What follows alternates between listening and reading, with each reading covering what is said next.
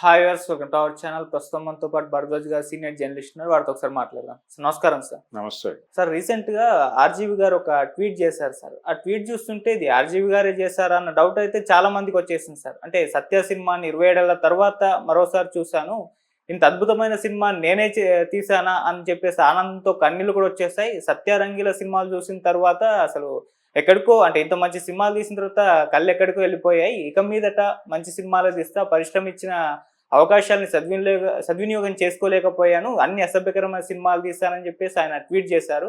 మరి ఈ ట్వీట్ పైన మీ ఒపీనియన్ ఏంటి? అయితే కొంతమంది దీన్ని ట్వీట్ ఆయన ఓడ్కా మాత్రం చేస్తుంటారులే, మళ్ళీ నేను ఎప్పుడు చేశానని అనొచ్చు అని కూడా మాట్లాడేస్తున్నారు. ఎంటైర్గా ఆర్జీవి గారి ట్వీట్ మీరే విధంగా చూస్తారు సార్? అంటే ఆర్జీవి కొంచెం ఎమోషనల్ పర్సన్. అతను ఓకే, ఎమోషనల్ పర్సన్. ఆయన బయటకు కనిపించే ఆర్జీవి వేరు, కానీ ఇంటర్నల్గా ఆర్జీవి వేరు.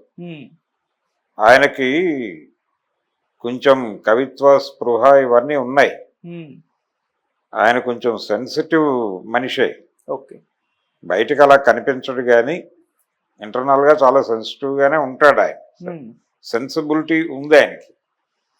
దానికి ఒక అద్భుతమైన ఉదాహరణ ఏంటంటే, ఆయన సీతారామ శాస్త్రి గారి గురించి ఆయన కన్ను మూసిన సందర్భంగా మాట్లాడినటువంటి వీడియోస్ చూస్తే అర్థమవుతుంది ఆయన అంత సెన్సిబుల్గా ఉంటాడు అనేది. అది ఆయనలో అప్పుడప్పుడు అలా దర్శనమిస్తూ ఉంటుంది. అట్లా ఆయనకు అనిపించింది. ఏది సత్య చూసినప్పుడు కొంచెం మనం సిన్సియర్గా ఎఫర్ట్ పెడితే మంచి సినిమాలు తీయగలడు ఆయన, తీయగలడు. ఇప్పుడు ఆయన తీసిన సినిమాలు ఏవి నాసిరకం సినిమాలు అనలేము.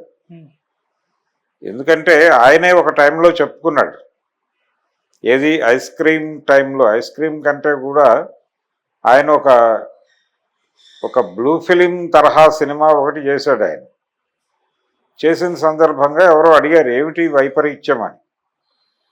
అడిగితే ఆయన అన్నాడు, అన్ని జానర్లోనూ చేయాలి కదా ఒక డైరెక్టర్ అన్నాడు అని.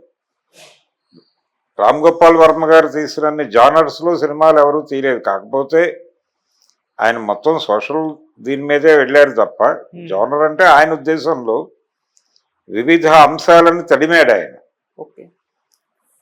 చాలా మంది మాట్లాడటానికి ఇబ్బంది పడే ఏరియాకు కూడా వెళ్ళి మాట్లాడే ప్రయత్నం చేశాడు రామ్ గోపాల్ వర్మ. ఉదాహరణకు ఆయన ఒక సినిమా అంటే వైఫ్ నుంచి ఎలాంటి ఇబ్బందులు పడతాడు ఒక భర్త, భార్య వలన బాధపడేటువంటి ఒక భర్త, ఆ భార్యని నిర్మూలించటం తప్ప తన జీవితంలో ముందుకు వెళ్ళడానికి వేరే దారి లేని ఒక అనివార్యత ఏర్పడే పరిస్థితులు కూడా జీవితాల్లో ఉంటాయి, కొన్ని జీవితాల్లో ఉంటాయి. అంటే సామాజికంగా మహిళలు వెనకబడి ఉన్నారు, మహిళల గురించి ఏం మాట్లాడినా దాడి జరుగుతుంది, ఈ గొడవ అంతా ఓకే. ఇవన్నీ పక్కన పెట్టేసి కొన్ని జీవితాల్లో ఇలాంటి సందర్భాలు కూడా ఉంటాయని చెప్పడానికి ఎటువంటి ఇబ్బంది లేకుండా ఒక అడుగు ముందుకేసి మాట్లాడిన సందర్భం ఒకటి ఉంది ఆయన తీసిన సినిమాల్లో. అలాంటి ధైర్యం ఉన్నటువంటి డైరెక్టర్ ఆయన. అంటే మనిషి జీవితంలో ఏదైనా జరగచ్చు, మనిషి ఎలాగైనా రియాక్ట్ కావచ్చు, ఇలాగే రియాక్ట్ అవుతాడు, ఇలాగే వ్యవహరిస్తాడు అని ఎక్కడా కూడా ఏ రకమైనటువంటి కట్టుబాట్లు లేవు. మనిషి ఎలాగైనా ప్రవర్తించవచ్చు. ఆ ప్రవర్తనకు సంబంధించినటువంటి జ్ఞానం ఉండాలి తప్ప అవతలోడికి ఇలాగే బిహేవ్ చేస్తారు అని చెప్పుకోవడానికి ఏమీ ఉండదు ఎవరి దగ్గర. ఇలా కనిపించిన మనిషి ఇంకోలా కూడా కనిపించవచ్చు. ఒక విషయానికి ఒకలా రియాక్ట్ అయిన మనిషి ఇంకో విషయానికి ఇలాగే రియాక్ట్ అవుతాడని గ్యారంటీ లేదు. అందుకని మనిషిలో ఉన్నటువంటి ఈ రకమైన వైవిధ్యాన్ని తెర మీద ఆవిష్కరించే ప్రయత్నం చేసిన అతి కొద్ది మంది డైరెక్టర్లలో రామ్ గోపాల్ వర్మ ఒకడు.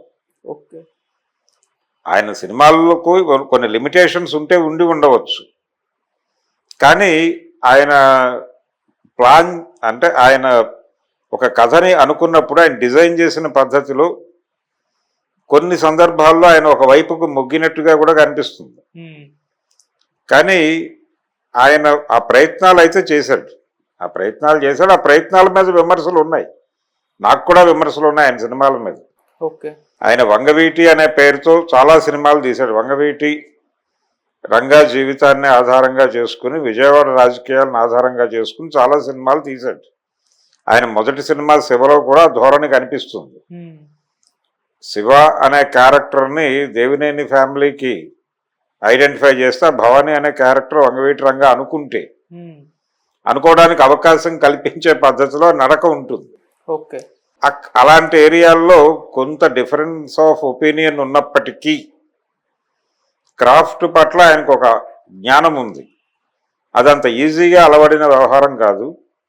నిజానికి తెలుగు సినిమా రంగంలో రామ్ గోపాల్ వర్మ, అలాగే తమిళ రంగంలో మణిరత్నం, వీళ్ళిద్దరి సినిమాలు సీరియస్గా మొదలైన 90 దశకంలోనే. ఆయన ఇంకొంచెం ముందే ఉన్నాడు. ఎకనమిక్ లిబరలైజేషన్ మొదలైనటువంటి తొలి రోజుల్లో కళ్ళు తెరిచినటువంటి డైరెక్టర్గా రామ్ గోపాల్ వర్మని చూస్తే, నెమ్మదిగా ఆర్ట్ సినిమాని కమర్షియల్ సినిమాని కలిపి ఒక కొత్త టానిక్ తయారు చేసిన డైరెక్టర్లుగా రామ్ గోపాల్ వర్మని, మణిరత్నాన్ని చెప్పుకోవాలి. అంటే కమర్షియల్ సినిమాని కూడా వాస్తవిక సినిమా లాగా తీసేటువంటి ప్రయత్నం చేశారు వీళ్ళు. అందుకు వాళ్ళిద్దరిని ఒక ప్రత్యేకమైనటువంటి డైరెక్టర్లుగా గుర్తించాల్సినటువంటి పరిస్థితి ఉంది. అది గుర్తించి తీరాలి. వర్మని ఏదో తీస్తాడులే, ఏదో ఆర్జీవి టేక్ ఇట్ ఈజీ అన్నట్టుగా మాట్లాడితే కుదరదు.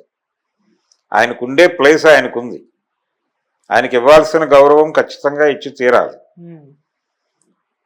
అయితే ఆయన ఏదైనా సరే తన మనసుకు దగ్గరగా వచ్చిన అంశాన్ని తెర మీద చూపించే ప్రయత్నం చేశాడు. ఆయన సినిమాల్లో డ్యూయేట్లు కూడా చాలా అద్భుతమైన డ్యూయేట్లు రాయించుకున్నాడు. ఆయన ఇళయరాజాతో మ్యూజిక్ చేయించుకున్నటువంటి సినిమా ఒకటి, శివాకి తర్వాత ఇంకొక వెర్షన్ తీశాడు ఆయన. పోలీస్ డిపార్ట్మెంట్లోకి కొత్తగా ప్రవేశించినటువంటి ఒక యువకుడు, అంటే శివ తాలూకా స్కీమ్ ఉంటుంది ఆ సినిమాలో, కాకపోతే పోలీస్ డిపార్ట్మెంట్లో జరుగుతుంది కదా. ఇక్కడ కాలేజీలో జరుగుతుంది, అక్కడ పోలీస్ డిపార్ట్మెంట్లో జరుగుతుంది.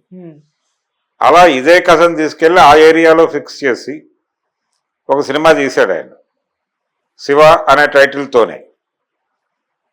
తీసినప్పుడు ఆ సినిమాలో ఆయన ఆ పాటల్లో రాయించుకున్న సాహిత్యం, పర్టికులర్గా సీతారామ శాస్త్రి గారితో రాయించుకున్న సాహిత్యం చాలా హంటింగ్గా ఉంటుంది. చాలా హంటింగ్ మెలోడీస్ ఉన్నాయి ఆ సినిమాలో.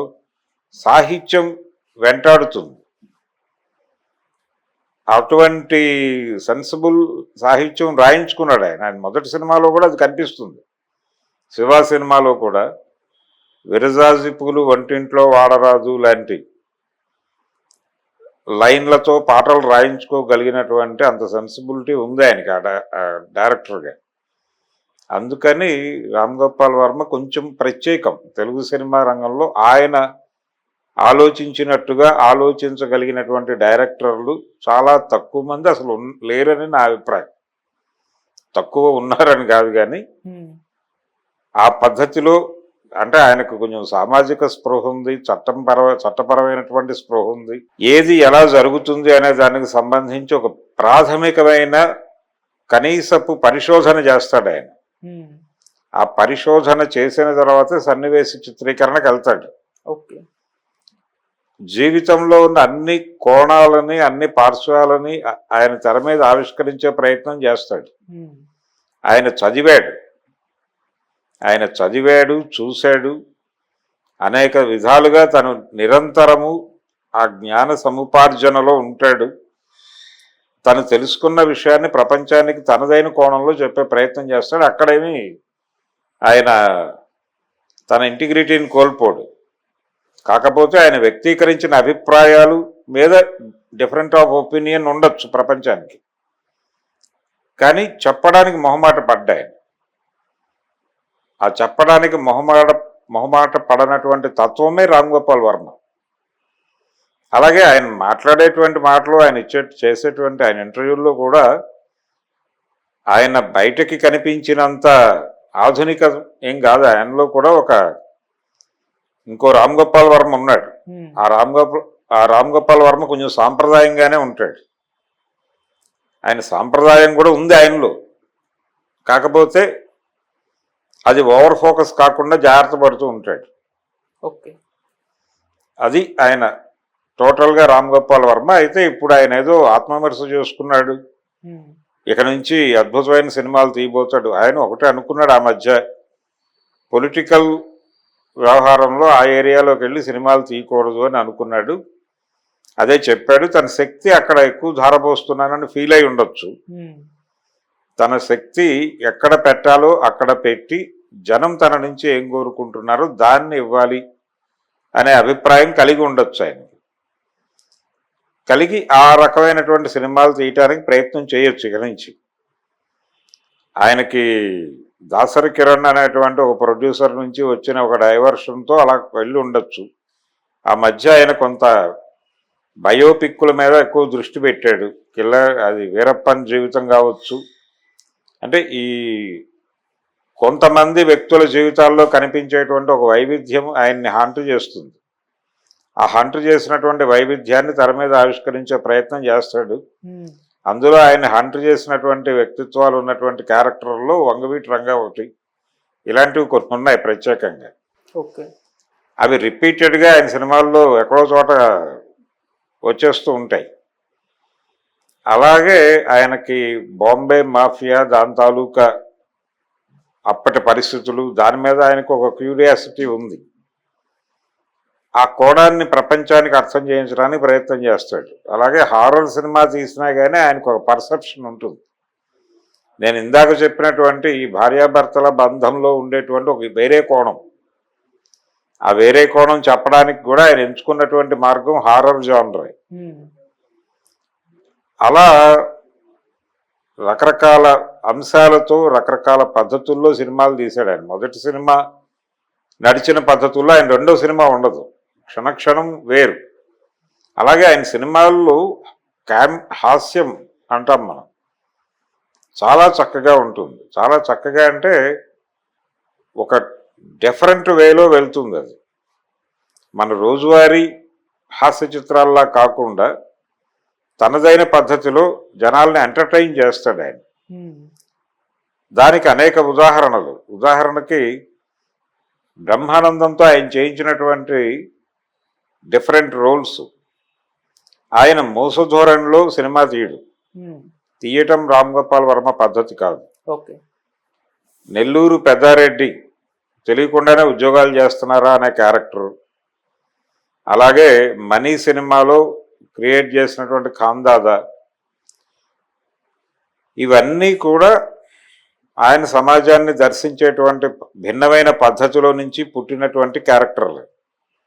అలాగే ఆయన జేడి చక్రవర్తి, ఊర్మిళతో తీసినటువంటి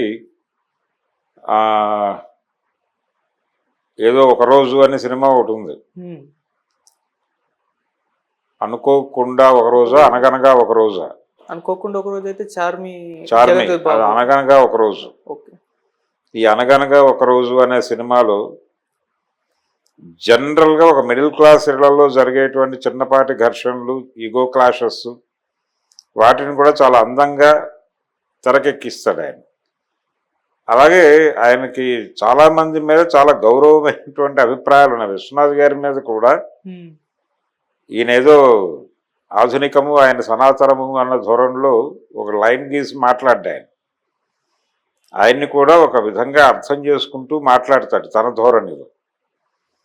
అలాంటి ఒక సెన్సిబుల్, బాగా చదువుకున్నటువంటి, ప్రపంచానికి ఎలా చెప్పాలి, ఏం చెప్పాలి, ఎంతవరకు చెప్పాలి అని తెలిసినటువంటి డైరెక్టరు.